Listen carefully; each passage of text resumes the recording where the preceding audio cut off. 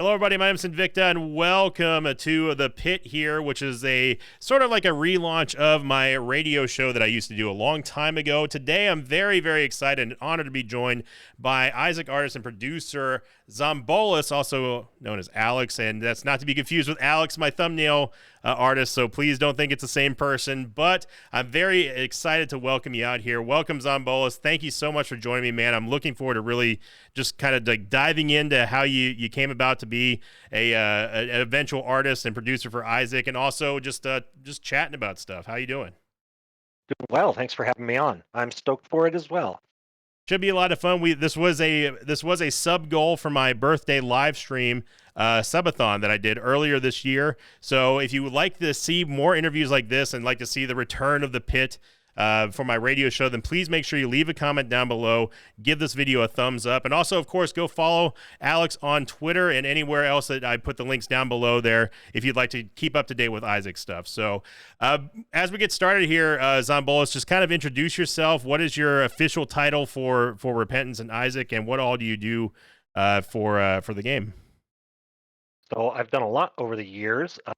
Now I am the game's producer, and so my main tasks are to make sure that what we're working on with Isaac is fun and in line with the design direction, what Ed likes, and uh, what the community likes, and then just playing a whole bunch and making sure that it still is Isaac. Yeah, yeah. How often do you say that would you say that you play Isaac? Just either like officially or like just for fun? So I play Isaac every day, in both capacities, really. There's always work to be done, but it's kind of my zen game at this point, right? If Right. I need to kill 30 minutes or something like that, I still play it every day just for fun. That's So awesome. I mean, it's so reassuring to hear that someone who actually works on the game plays it like all the time. Like, you probably play it more than I do, to be honest, at this point. yeah, it's a lot. And between, I mean, I've got it on everything now, right? Since we've released this game on all the platforms. Right, right. Uh, and the last thing that we did was iOS, so now I can even play on the toilet. I guess I could with my Switch before, but Yeah, yeah. My best friend, he plays it on the Switch a lot, and he loves it. And also, it plays well with the. I believe it plays well with Steam Deck as well. yeah, I've seen it be in the top Steam Deck games pretty consistently, which is awesome for a game of its age.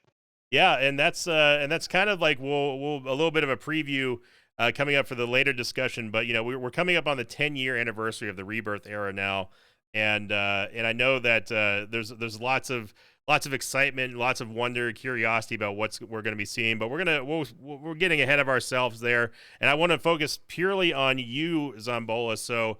Really quickly at the very beginning, what first drew you to Isaac? Were you friends with Ed? Did you really just love the art style, or was it just the gameplay that just hooked you? So I think I first saw Flash Isaac. There was a Minecraft YouTuber that I used to watch, and he would do Minecraft videos throughout Monday through Thursday, and then on Friday, um, he played Isaac, and that was the first time that I saw it, and thought that it was interesting and cute, and obviously the humor grabbed me at first, right, and the Hmm. lots of poop jokes and things like that, um, and then when I played it for myself, I think the story is what really grabbed me.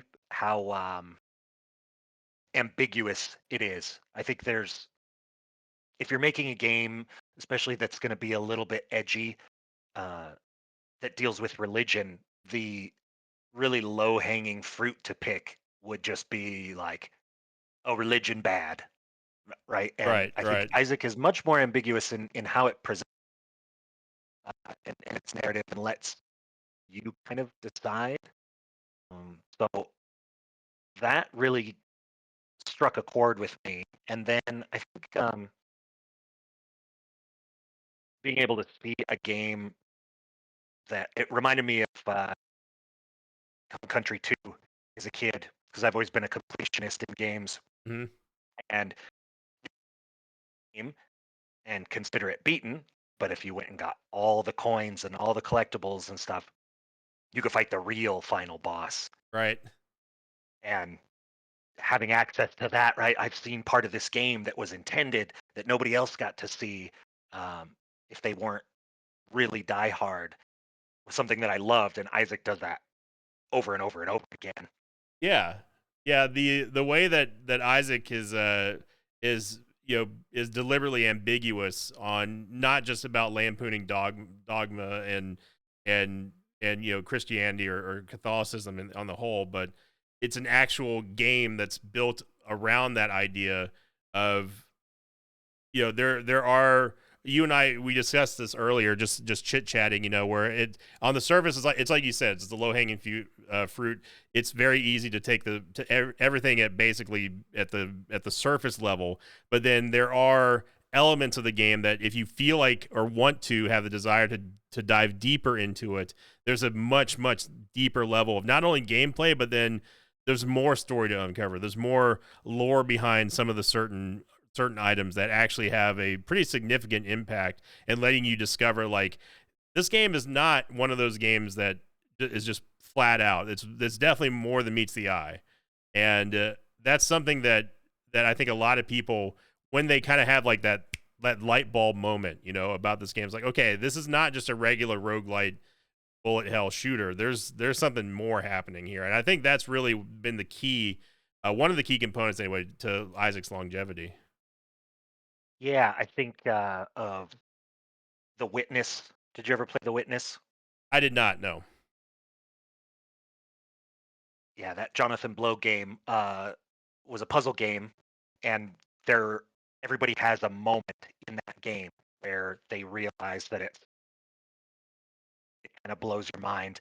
And I think something similar happened to costumes and picking up items. Right, the first time you picked up wooden spoon, and you see the costume change for Isaac, and you're like, spoon marks all over him. Oh, he's got spoon marks all over him, and it kind of like Yeah, leads you down these interesting paths, storytelling just visually, which I yeah. love having that be sort of drip fed instead of spoon fed. I think you might need to lean in either a little bit more or you have a bad connection. Oh, It's cutting out a little bit. I'm not sure if it's a Discord noise gate or something happening, but just want to let everyone know that don't worry, it's breaking up for me a little bit as well. So we'll try to get that adjusted. I'll Um, lean in. I'll give you the sultry voice. yeah. I honestly think it's more of a connection thing, but we'll bear with it. If we have to recall real quick, that's no problem too. Sure. But yeah, like you said with the wooden spoon, it's like, oh, it's just a spoon. How does this make him go faster? Then you realize, oh, he needs to run faster because he doesn't want to get more spoon marks on his skin and his body. And it's really telling the way that Ed sort of portrays this. Isaac is we've talked about this, and without deep diving too much into the lore, something I discussed with him is that he's an unreliable narrator. That also includes Matthias, aka Isaac's dad, of course. There's not really any true like one linear path of, well, you have Isaac, he's fearful of his mom, he thinks that she's been corrupted by religion, and then on the surface it's like, okay, I understand, but then where does this crawl space come from? Why was it never discovered? And then like, who is talking? Who is this male voice that's talking? And and I think that like the way that Ed had designed it, keeping it ambiguous is really, and leaving it open for debate is really the key to longevity as well, because you're always going to have people talk about it no matter what. I mean, look at the end of Inception, for example. For those of you who may not have seen that episode or that movie, which I'm not going to spoil, of course, but spoilers for Inception, I guess, a little bit. But at the very end, it's kind of ambiguous to what the ending does it mean. Is he still dreaming? Is he not dreaming? That sort of thing. And that kind of stuff sort of always persists through the ages. And even the directors, when they're asked about it, they're very vague on it. They say, hey, yeah, we leave it open to interpretation. And that's what Isaac does very, very well on many different levels, on top of the story and the narration. So the way that it's designed is so ingenious in a way that it sort of lets this longevity kind of just kind of like grow and flourish. And now Isaac is its own franchise. It's a big game. You know, it's not like AAA big, but it's Isaac's pretty dang popular. Absolutely. I think effective pieces of art to me are ones that actually can invoke emotion, whatever that emotion might be, right? Even if it leaves Yeah, you mad. And uh, obviously, it can draw you in because it's cute and it's funny. Uh, and then the sort of sea of undertones becomes present, and you realize that this is like, there's a lot there to right. unpack. If you want to unpack it, and if you don't, you can just play and enjoy poop jokes too. That's what most people I think are first drawn to is the overwhelming sheer amount of poop that's in the game. Absolutely. So on going on to that, how did you first connect with Ed? You said you started off just sort of being an Isaac fan, and then what led to the point of you actually talking to Ed, and then ultimately working for him? Yeah. So I was a big enjoyer of Flash Isaac, and when I heard that Rebirth was happening, I was so excited. Um, and I've been a motion graphics guy for all of my professional life, and so I just thought like I wanted to make something for it, some piece of fan art, and I ended up making a trailer, just a fan trailer for fun. Uh, put it on Reddit, and didn't expect much from that, but everybody got to see it. It got shared to Edmund and Tyrone, and I think they both contacted me on the same day. Said, "Hey, we really like this. We can use it."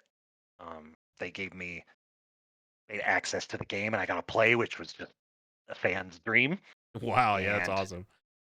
yeah, so that's been almost 11 years now.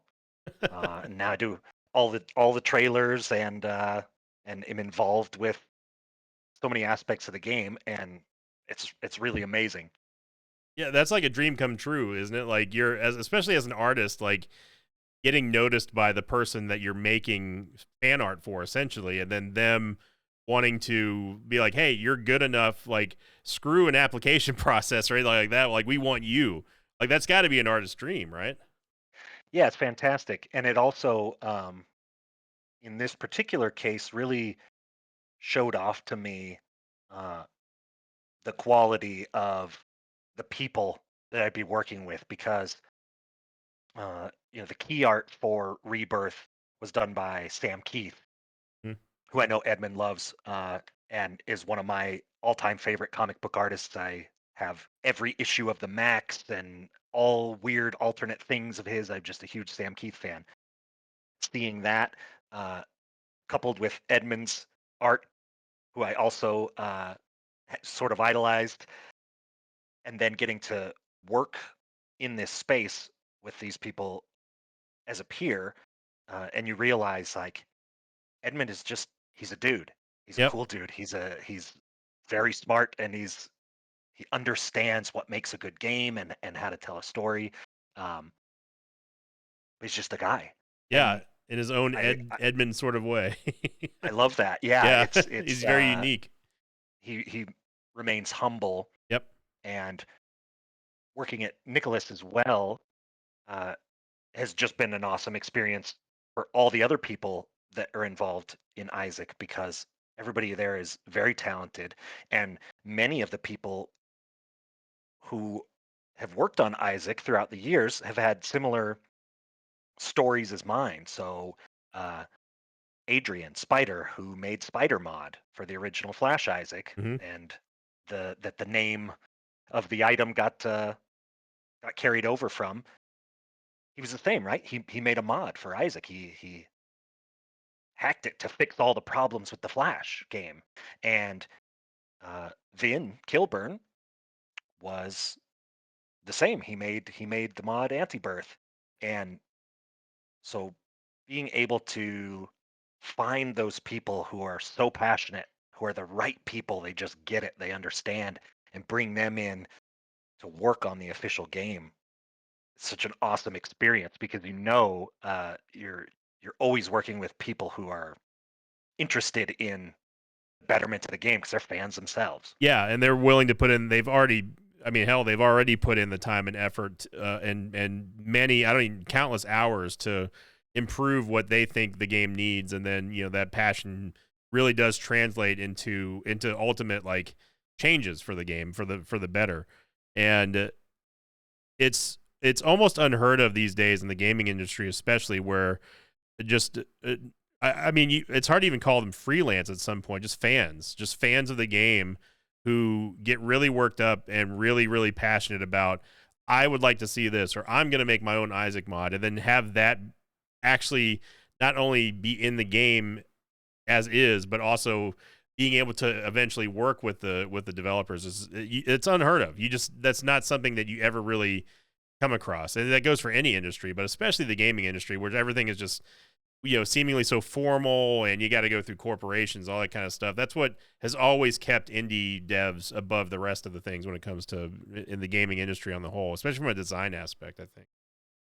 Yeah, I think there's I have a tendency to always shy away from the term indie game too, right? Because to me it implies um, something lesser Right. in a way, right? Where you're like, well, it's just a couple of guys in their basement, and so Right. the expectation is that the quality will never reach that of one of these big things. But I think that stigma is obviously changing.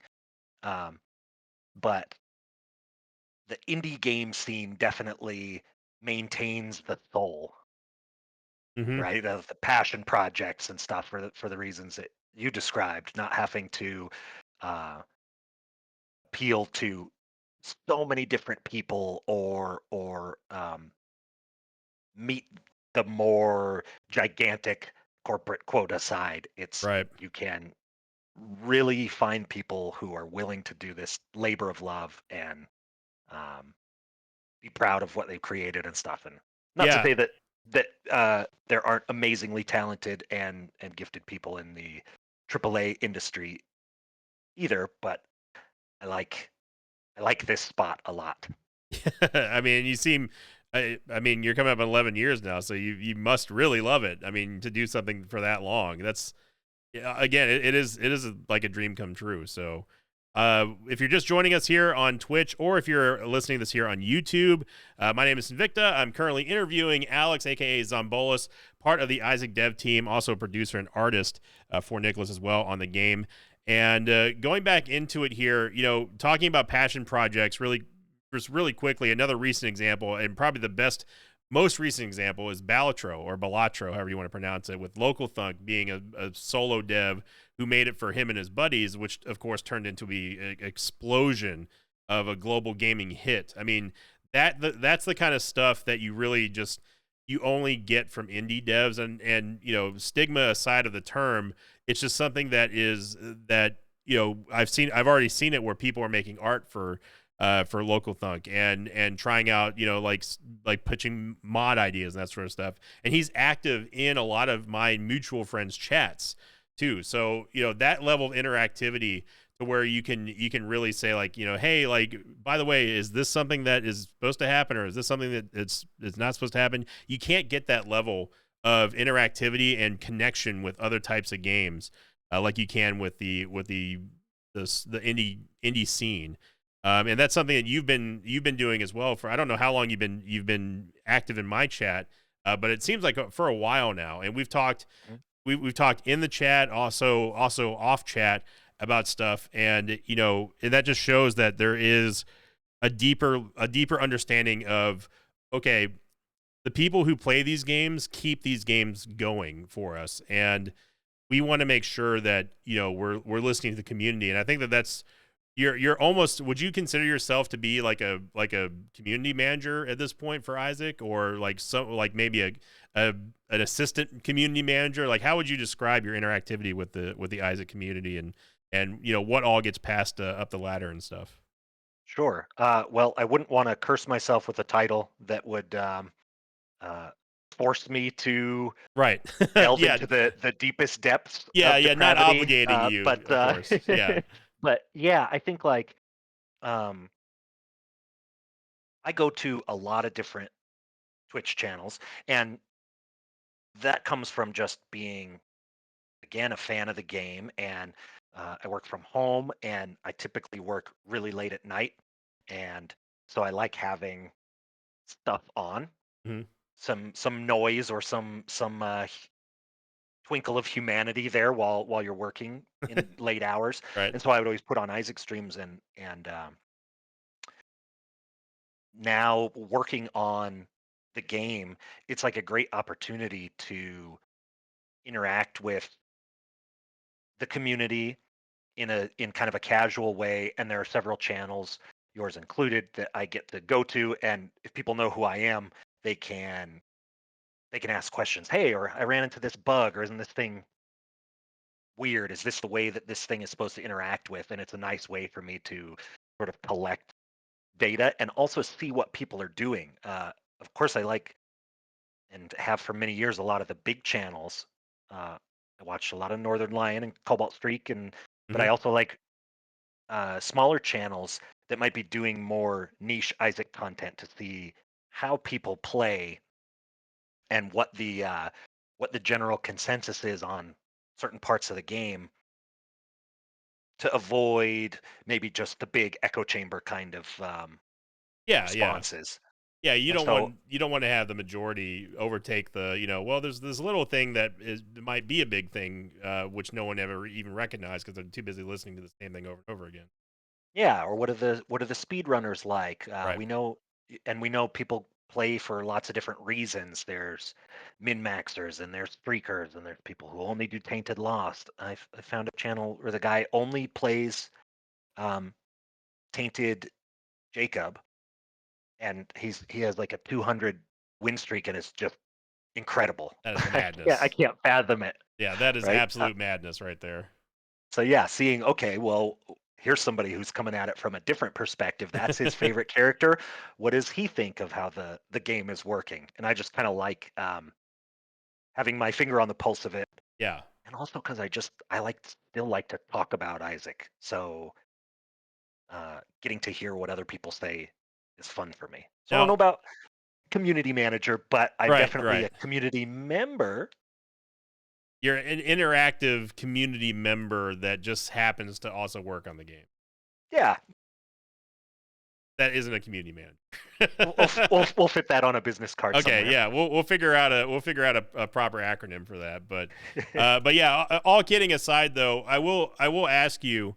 So because you're so interactive with people and streamers chats and looking at YouTube comments, and just seeing how different people play, has there so far been any case where the direct feedback from either a streamer or their chat has already affected the game or may possibly affect the game with a change, like an actual meaningful change? Yeah, absolutely. There's been so You don't have to get prior specific, but to yeah.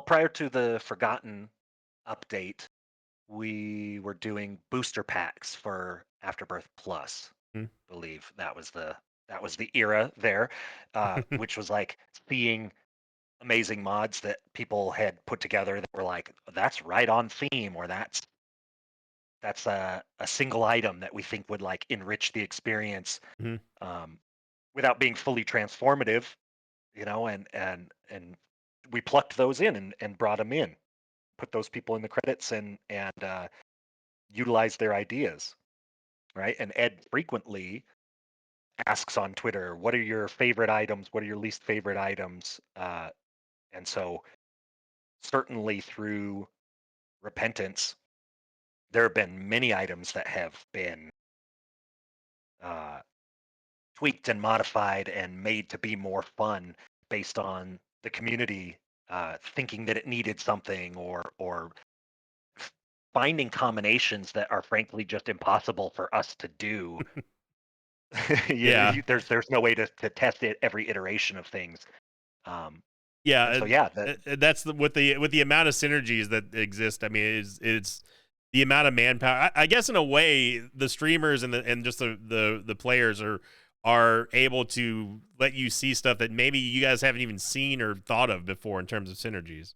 because it gets Yeah. wild. It gets wacky wild really quickly, and it's impossible to non-organically replicate them, because especially with all the variants with the seeds and like, and what pickups do they have, which pills have they already taken. I mean, it is impossible to fully replicate something from just a testing department. Like you'll never play the same Isaac run twice, and that's, again, talking about the longevity. That's really the key of it all. Yeah, variance is the name of the game Yeah. in Isaac. So Yeah, for better or for worse, and some of us, I'm not saying who, but some of us may be on the lower end of the variance at times, but it all balances out, of course, at the end of the day. And with the way that, and again, the fact that everyone, I always liken, this is a little bit of a weird analogy, but I've always likened Isaac to soccer or to football, not American football, just football, where everyone knows. You don't have to know about the rules. You don't have to know about the specifics. The only undeniable truth about soccer or football is that you kick the ball into the goal. The team that has the most points wins. Same thing goes for Isaac. You don't have to know anything about every item. You don't have to know what this item does. How does this item interact with? The only thing from a very basic level is that there's an end boss and there's a path to get there, and you have to win or you're going to lose. That's that simple. And I think that simplicity of letting everyone know, maybe even the non-casual Isaac fan, just a passerby, they know what a video game is, keeps Isaac going, because it's like, it piques their interest. It's like, whoa, I like all the poop, or I like, that's a cool tier effect. What is this game about? And, there is a definite end. There's not an end that's just going to kill you because you took too long, or there's not an end that has this gradually scaling difficulty to where it's going to yeet you from the run, period.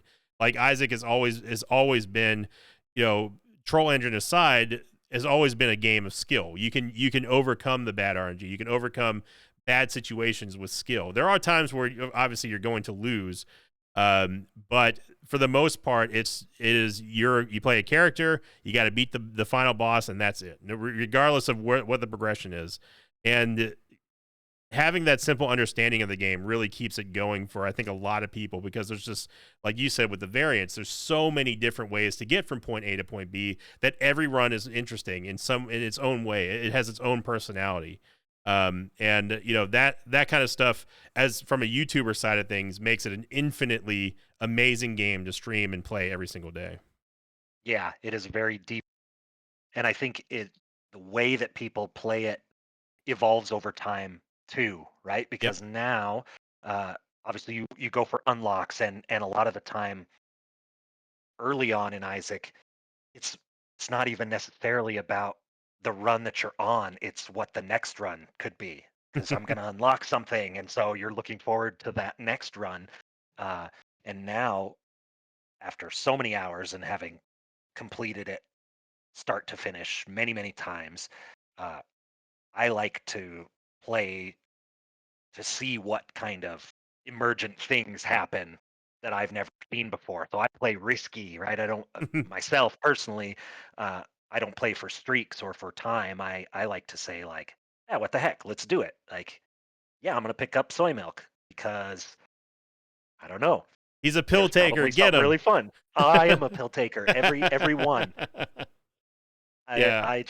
I love pulling that slot machine arm. Yeah. I mean, I don't blame you. Look, if specifically on pills, if there's a reason to take them, absolutely, like, or under desperate circumstances, for me personally, anyway. But there are people. I mean, Ryan is a perfect example. He takes pills no matter what.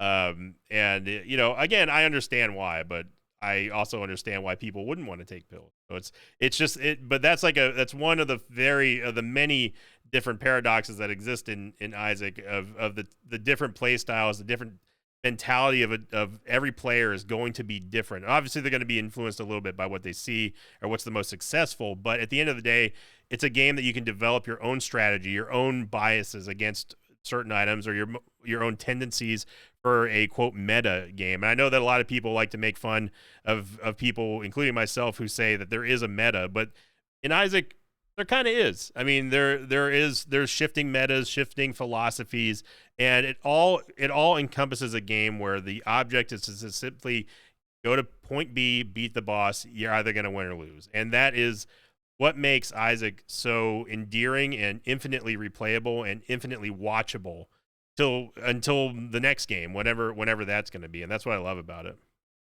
Absolutely. Yeah. And there is the ability to take, I mean, there are obviously better items and worse items in the game. And so Mhm. there is to some extent a meta that exists, and some characters are meant to be much more difficult than other ones.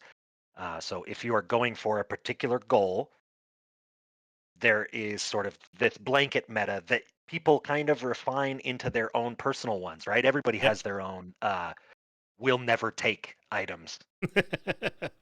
And hot take here, like for me, uh, I'll always take an item like Ludovico technique every single time. I Oh love no, that item, we've and lost him. it's maligned by many people. And get this too, I play on the keyboard, Yeah. and I didn't get good at Isaac until I switched my controls. So I reversed my move and my shoot What? controls. So I What? play those with the opposite hands, and I love things like Ludovico technique. Um, so Now that's I don't just know. insanity right there. I mean, Somehow it's like crossed wires on crossed wires makes a straight path for me. But yeah, I guess. I mean, you got people out there playing Tainted Jacob, and then you got people out there who reverse their controls. I guess yeah, that's not even as a challenge. It wasn't like playing with a rock band guitar or something for you're playing it backwards and upside down. And you're like, hey, this works. I mean, hey, whatever works for you. Yep. So going back to your art and what you do with Nicholas and on Isaac, what programs do you primarily use for those of you who are artists out there or maybe want to get into 3D modeling and animation? What are the main programs that you usually utilize for, like, let's say the Repentance trailer?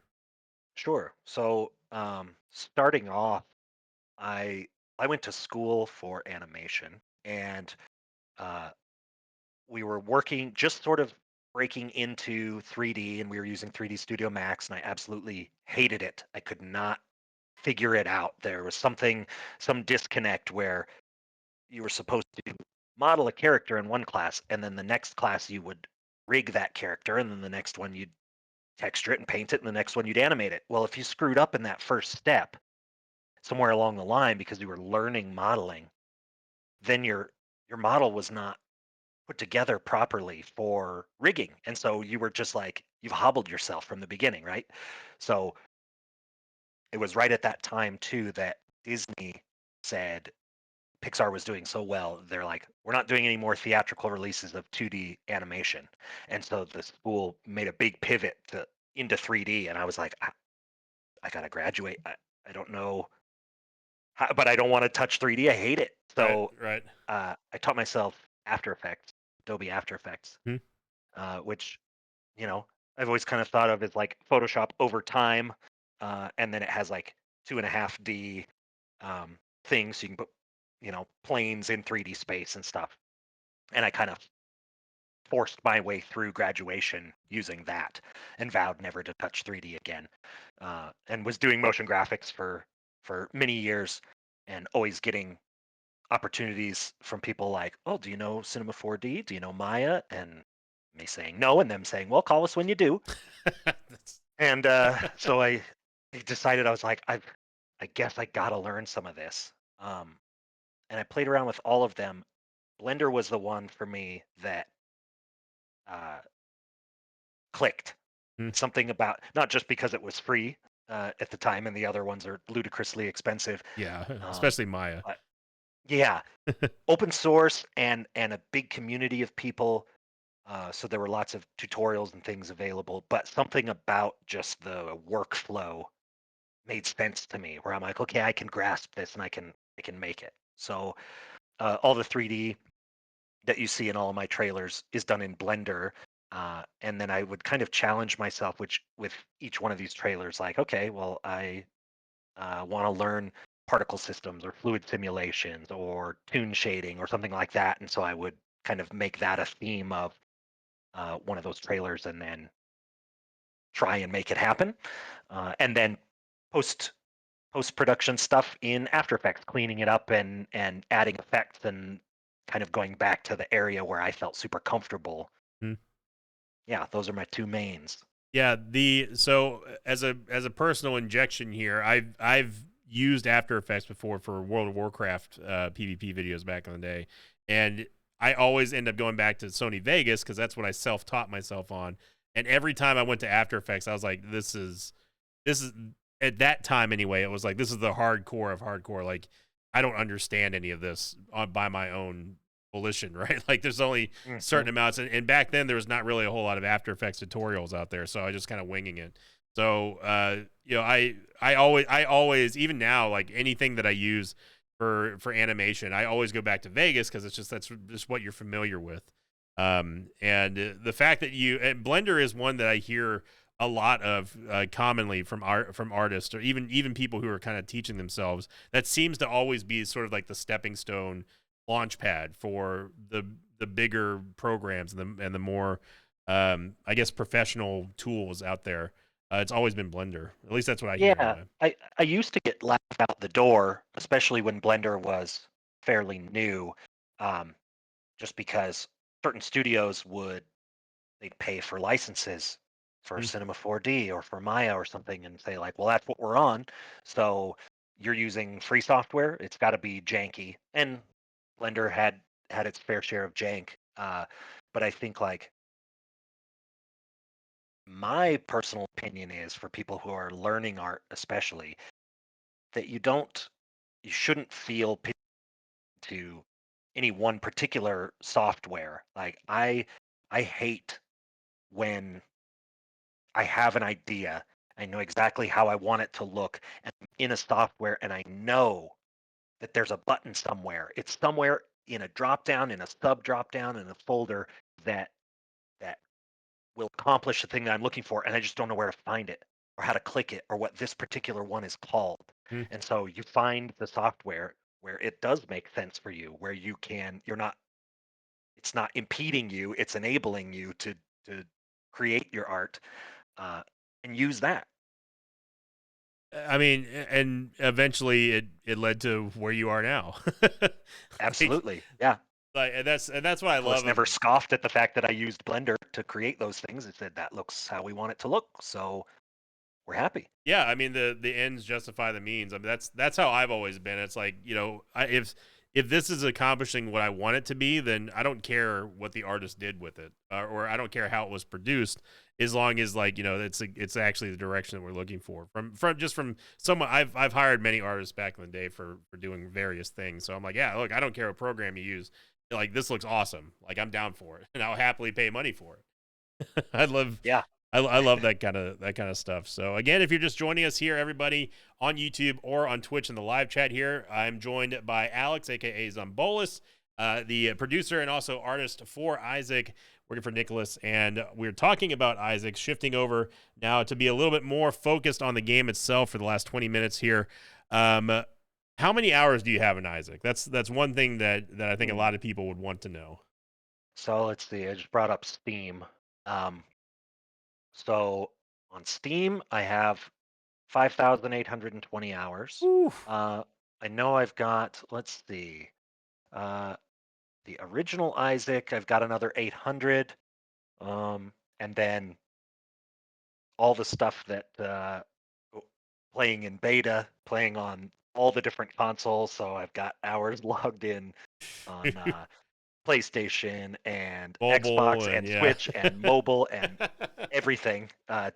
TI-85 calculator, you know. Yep. So yeah, I would say probably not quite 10,000 hours altogether, but starting to get up there. Yeah, you're making my playtime look like rookie numbers. At the time of this interview, I've got 5,762.4 hours on in the Rebirth era, and then another additional 200 about 215 hours on a Flash Isaac. But that was also before it was on. I also played Isaac before it was on Steam, so I don't. There's probably another like I would say 200 hours over there or so before it was tracked on Steam. But again, it's not going to come even anywhere close to 10K. That is absolute insanity. That's awesome too, by the way.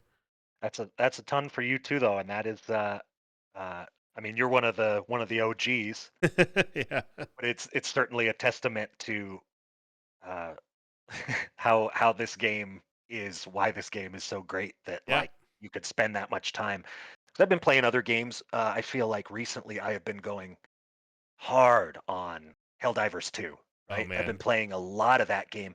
And I great went game. and looked the other day. I've got like 180 in-game hours logged for Hmm. that. And that's not nothing, right? But then Right. I look at it compared to this and I'm like, gosh. That's yeah. That's just a This is blink of an eye for Isaac. That's a you're yeah, this is still 100 and some odd hours. That you're still in the tutorial for Isaac. yeah, I may have a slight problem. Well, I mean, hey, everyone trusts a chef that eats his own cooking. So you know you can trust a developer who plays their own game. So that's what we love to see. Good point. Who is your favorite character or characters? If you had to pick a top, let's say top three, if you wanted to, or just an ultimate favorite Sure. character in the Repentance era. So Blue Baby is kind of my eternal favorite. Um, Blue Baby and Eve I like a lot Mhm. because even going back to the Flash era, those were the challenge characters, Yeah, right? The super impossible ones before we had Lost and Tainted Lost especially Blue and some Baby. of these messes. That was the hard mode character. Was Blue Baby and Flash. Yeah, I just loved his design. I Yep. love the way he looks. I love the XIs and stuff like that. And so I've always used that for, um, you know, icons and that sort of thing. Um, He's always Eve, had this voodoo doll look to him, which I've always liked. absolutely, Yeah. yeah.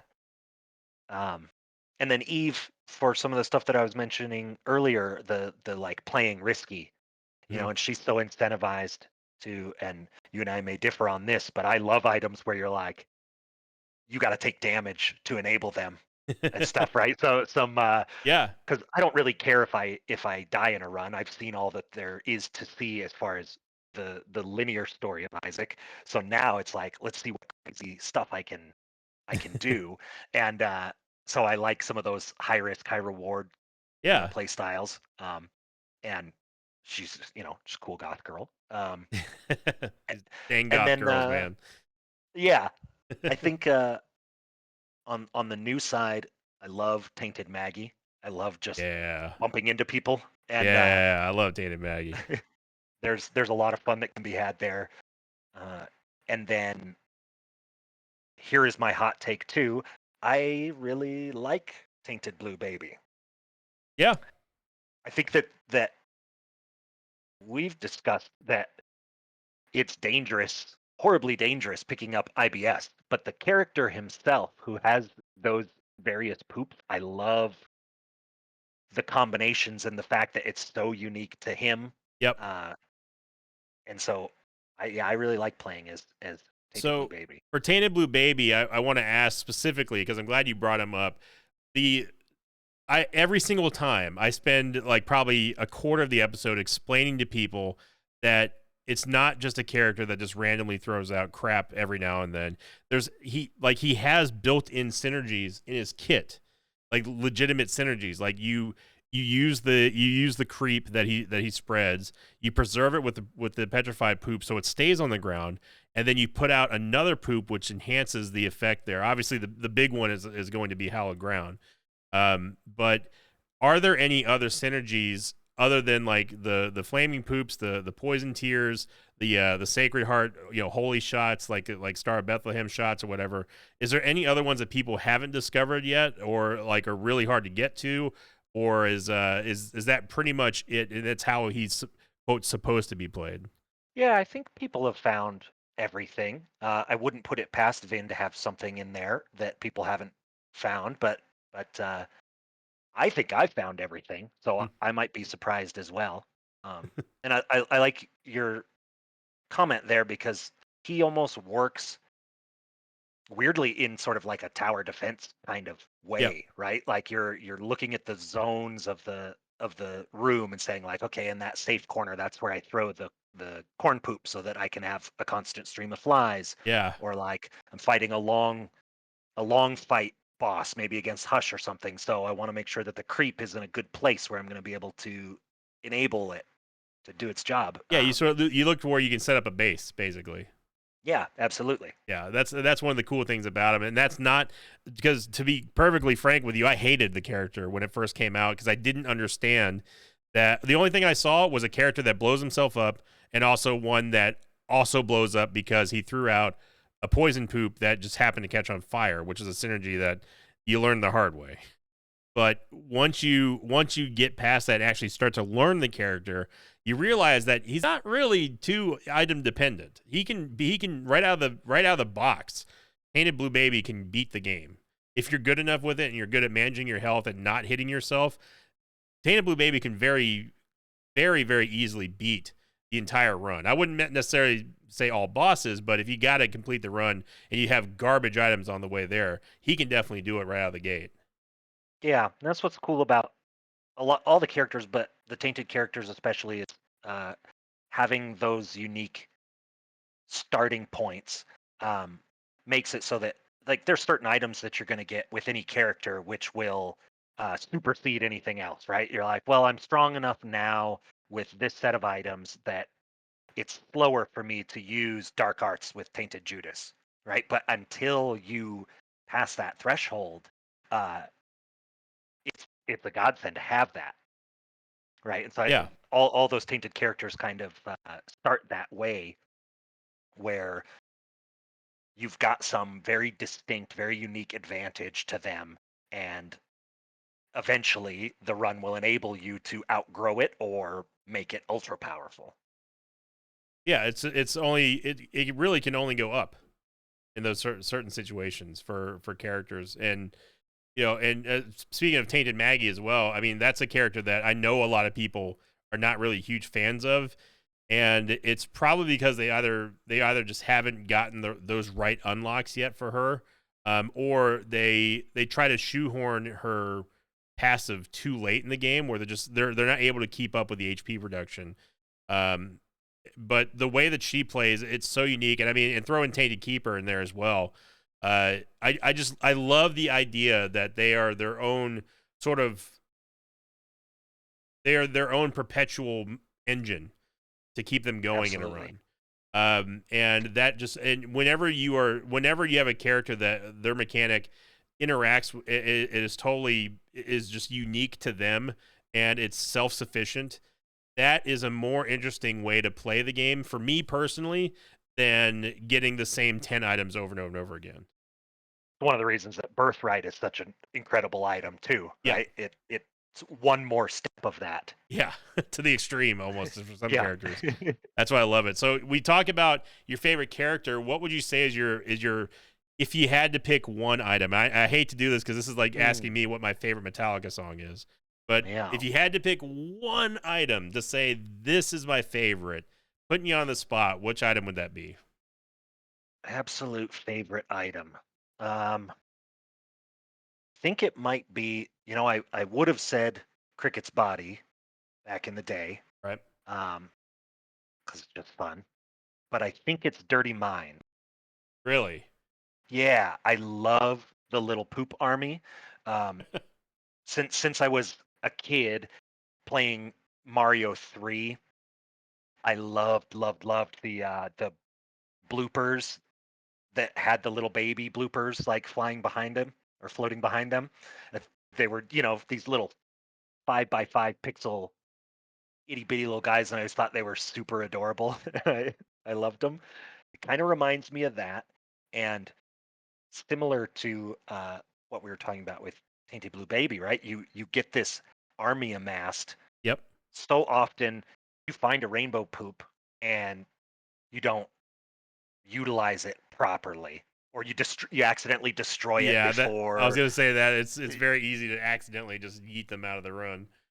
Yeah, and so seeing all the variation and seeing the rare ones come in, if you can get uh, the holy poop, hallowed ground, right, and Yep. getting those holy dips that you can stand on and Yep. and get super empowered from. I just love how many there are, and I certainly love the chaos of like getting into where you've just got a huge army of them, and maybe you've uh, uh, BFF'd them, and they're They're gigantic, huge, and yeah, the size of Isaac. I love the Midas touch poops as well. Those are a lot of fun. yeah, certainly. Yeah, that's Yeah, so surprising. I'm not sure many people would say that their ultimate favorite item is Dirty Mind. So you really love those poop items out there. I like the unique ones. I mean, Yeah, obviously, right? Like Brimstone is fun. Brimstone's almost always a take, and so we've seen that too. But right. but uh, the items that really transform uh, a run to me are ones that I like a bunch, and it could be even in like small ways. There's a lot of sleeper items in there. Hmm. The D is it D12 now that rerolls rocks. Yep. Um, I call that one the how best item transformative that. that can be. Yeah, I tell people all the time when I get it, I'm like, and I've been preaching it for years now. I'm like, this is the best item that you're not using. Like the D12 is incredible. It is an absolute run defining item is the category I put it in. Yeah, yeah, and seeing some of the creativity that got put into the development um, that Vin did, right? So Yeah.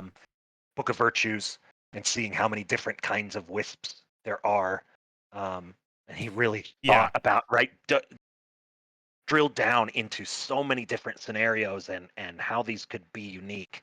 Um, it's very fun to experiment with those kind of items. So I put Dirty Mind in there too.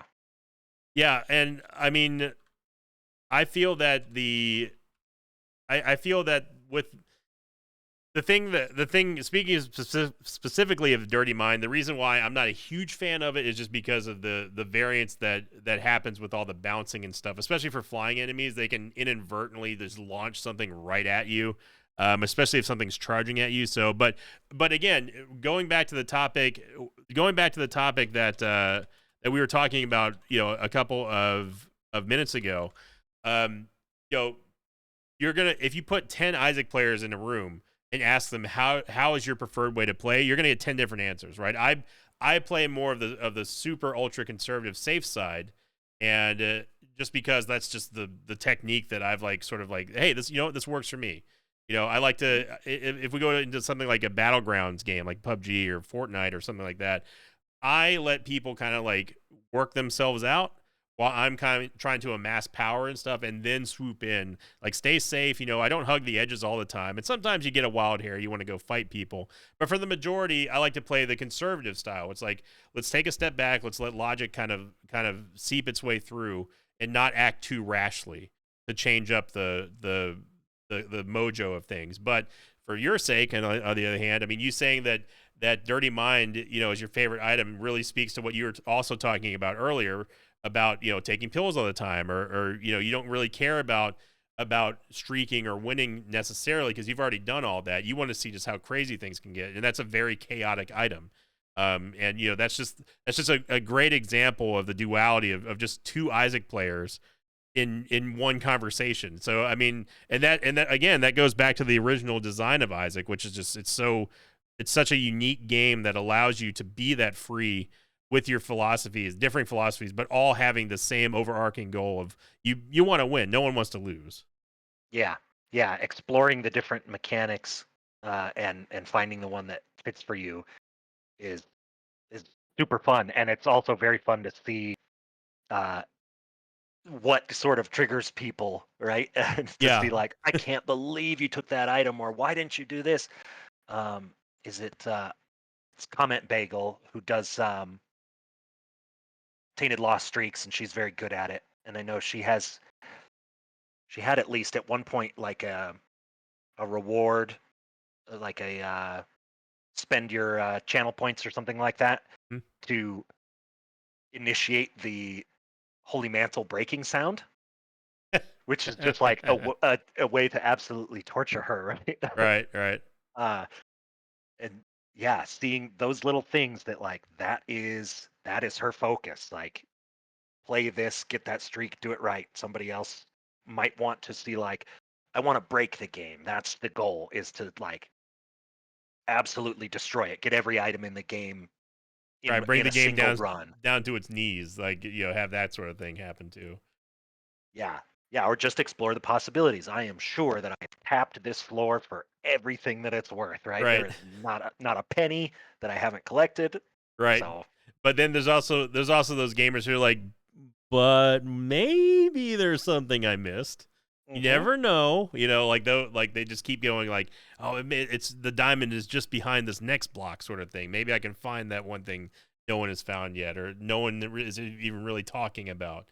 That it's Isaac is that complete game that it really just appeals to just lots of different types of gamers, and that's what we love about it. That's I mean, yeah.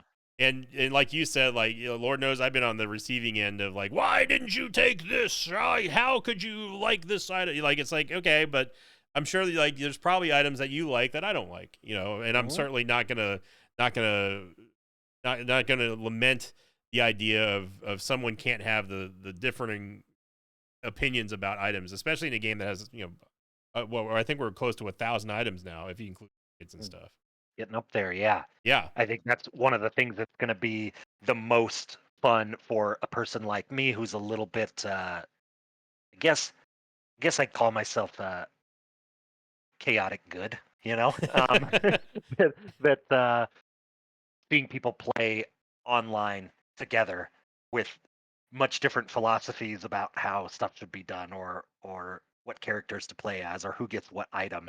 Seeing those interactions is a blast. Can you So, can you imagine a world? This is speaking off script here, but can you imagine a world where there was online matchmaking for Isaac, like in sort of like a World of Warcraft way for dungeon runs, and having an open chat and just letting the pugs go wild on that sort of thing. Have a 4-player group with a dungeon fighter mechanic. That would be I would pay not to like not to interact with, but just to be a fly on the wall for a run like that. Just 4 random people, all with different philosophies, got matched in a public matchmaker. That would be so funny.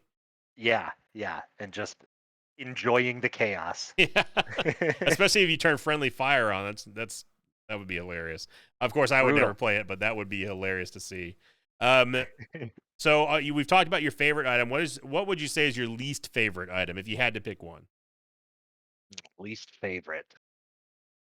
Um, I know you're not going to want to talk bad about any items, but you are a player, oh, and and there's people. certainly there's certainly items that I dislike. I am horrible with guillotine.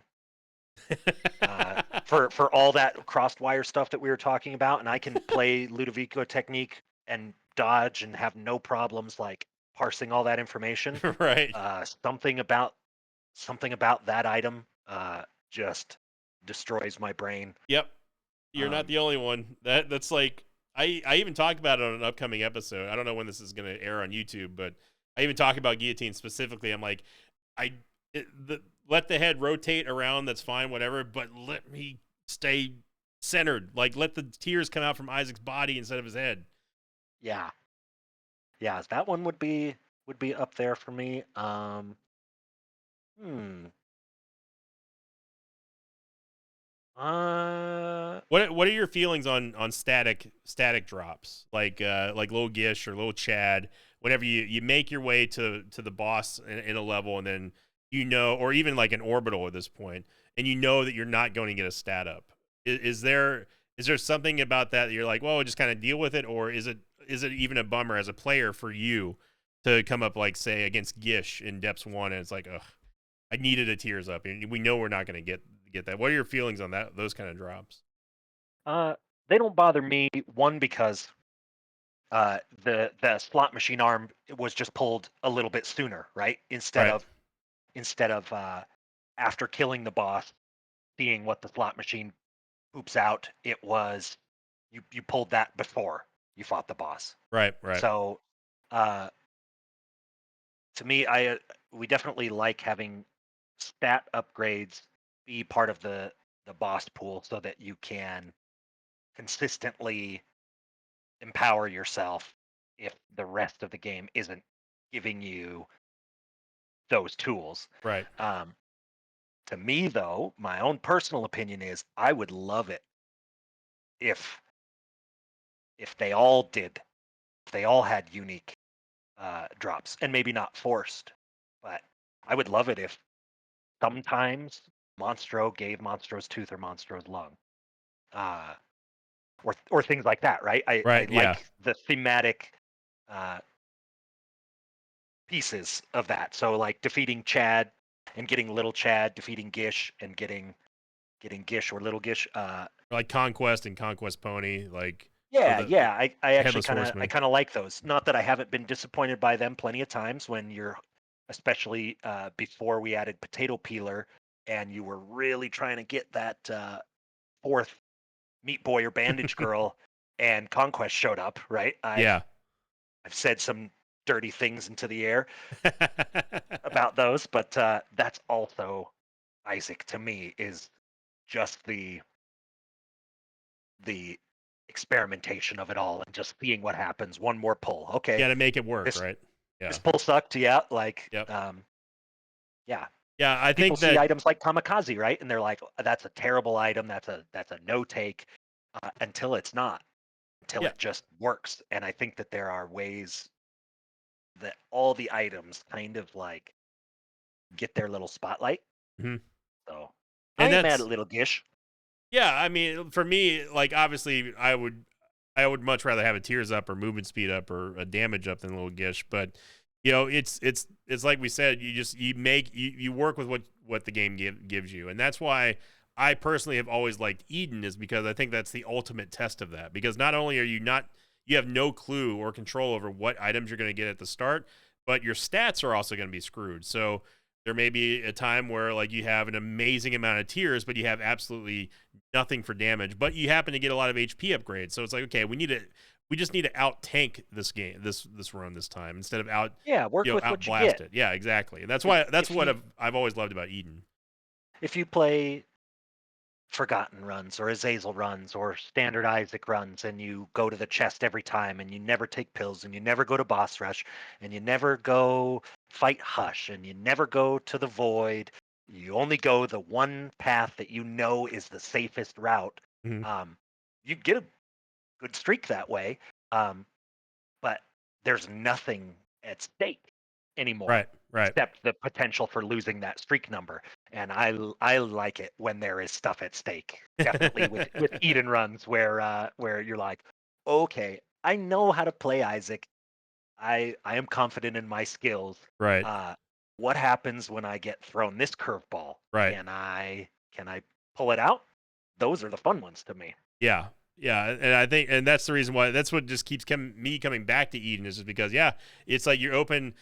Everyone knows I'm into Pokemon cards and trading cards. Like opening a booster pack, you might get Sacred Heart, but you could also maybe get Almond Milk or something like that, or you start with Abel or something. It's like, well, it was a bad pull on the slot machine. We got to make it work, and that's what led me to come up with a more conservative play style, was to get through those. Okay, let's try to find equilibrium. Let's get back to some form of familiarity where I know that I'm comfortable in my knowledge and skill at this game, that I will be not as frantic or as on tilt as if you have something like, say, TM Trainer, where, yeah, good luck.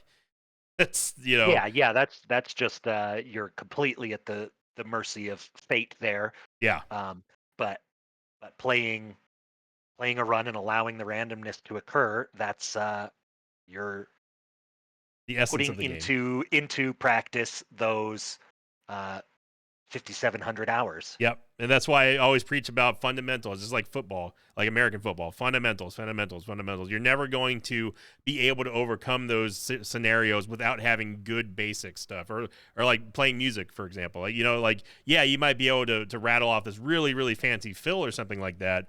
But if your fundamentals are bad, you'll never be able to come up with something on the fly. You'll always only be able to play this one thing, be good at that one fill, but not be able to play in a band, sort of thing. And Yep. it's acquired skills. So that's what I love about really any game, but specifically Isaac. That's the reason why it can be so deep and very, very infinitely interesting. With a couple of minutes left here, I did go into the chat, and this was something that Zombolus as well as Ed asked for, just a general overall question to the Mosh Pit. And of course, feel free on YouTube here if you want to list them down below in the comment section. Feel free to do so. Again, you can follow Zombolis on his links down below, and I'll also link all the trailers that we spoke about in this video as well down below in the information box. Some of the items that you feel that are kind of lacking a little bit, need a little bit of love, a little bit of TLC to make them a little bit more appealing to you. Listing them from the live chat here. One of them we talked about was Lil Gish, and as far as the idea of static drops as well, so it was a little bit more expanded there from Hint of Lime. Newborn God says Ludovico technique, which I think that you're going to have a problem with. And Namiko said Abel, which I think Abel probably tops the list for a lot of legacy players, but maybe not in Repentance, because he was quite frequently memed on as being just one of, if not the worst item in the game up until Isaac's Heart came out. How often do you hear Abel? Deleterious to your run? yeah, literally. Yeah, I mean that's the problem with him is that him firing at you is it's very hard to make, even with the shot highlighting option turned on. It's very, very difficult to see which shots are coming from Abel and which shots are not. Or if you try to lay a bomb, don't do it while you're firing because Abel's going to shoot it right into you. Yep.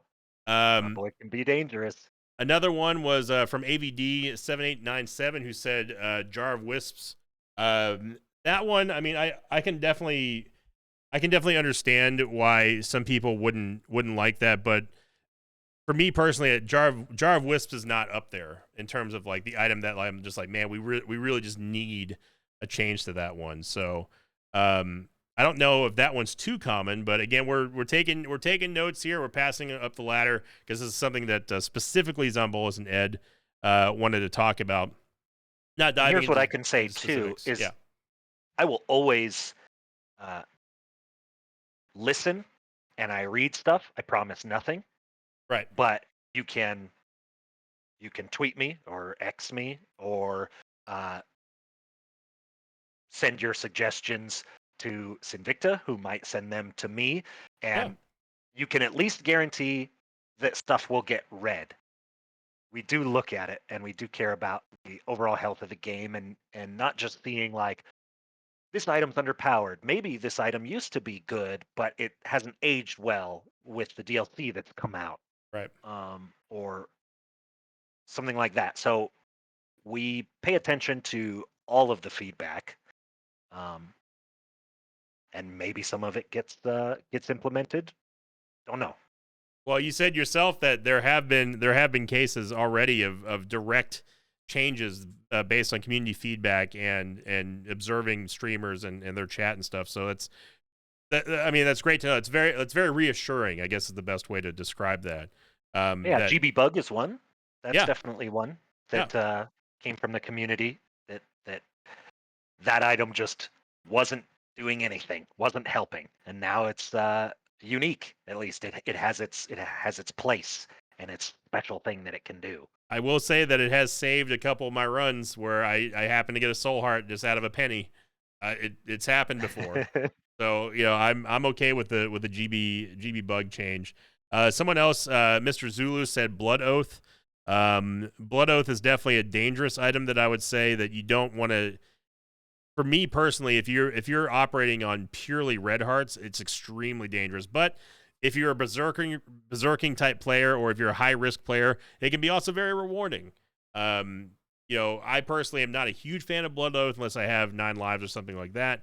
But the damage upgrade you get from it's very, very good. And then Overrider also mentioned Bum Friend. I think I know how everyone knows how I feel about Bum Friend. I don't know if you saw that greed run or not. No, I haven't. Yeah, did it treat you poorly? Greedon started me with Bum Friend. Pretty much one of the worst items I think that you could ever start with there. But Bum Friend recently got a change too, so I don't know what else they could do to improve that. But again, if you have any of those quote problem items or anything like that, feel free to list them down below in the YouTube comment section. I will compile a list of them and pass them along to Zombolis, so at least you know that they are going to be read, and I can promise you that I will promise to pass along any items that people list on the whole. So You can give suggestions on how you would feel like, I think it would be better like to do this and that. We're not going to discuss this in this interview, maybe in a future interview. But we have reached we just a little bit over time, so sorry about that, Zombolis. Like I said, it's a fast hour, man. Mm-hmm. Super fast, lots of fun. If you want to see or hear more interviews like this with not only people who work on Isaac, but also any other game, please let me know in the comments down below. I enjoy doing these sort of podcast interviews. This is what I used to do back in the day, even before I started doing Isaac, and would love to get this on a regular basis. So let me know by leaving a comment down below, clicking the like button, sharing this video, all that kind of good stuff. It's the best way to let me know that you want to see more stuff like that here on the channel. And once again, go follow Zombolis down below in the information box. And Alex, thank you very much, so much for spending this time with you. I'm glad that we finally got to do this, and hopefully we get to do it again. That would be a lot of fun to dive even deeper into some of the items and maybe even talk about possible changes in the future. Stuff like that would be really interesting. So thanks a lot, man. I really appreciate it. Thank you too. Thanks for having me on, and I look forward to doing some online runs with you soon.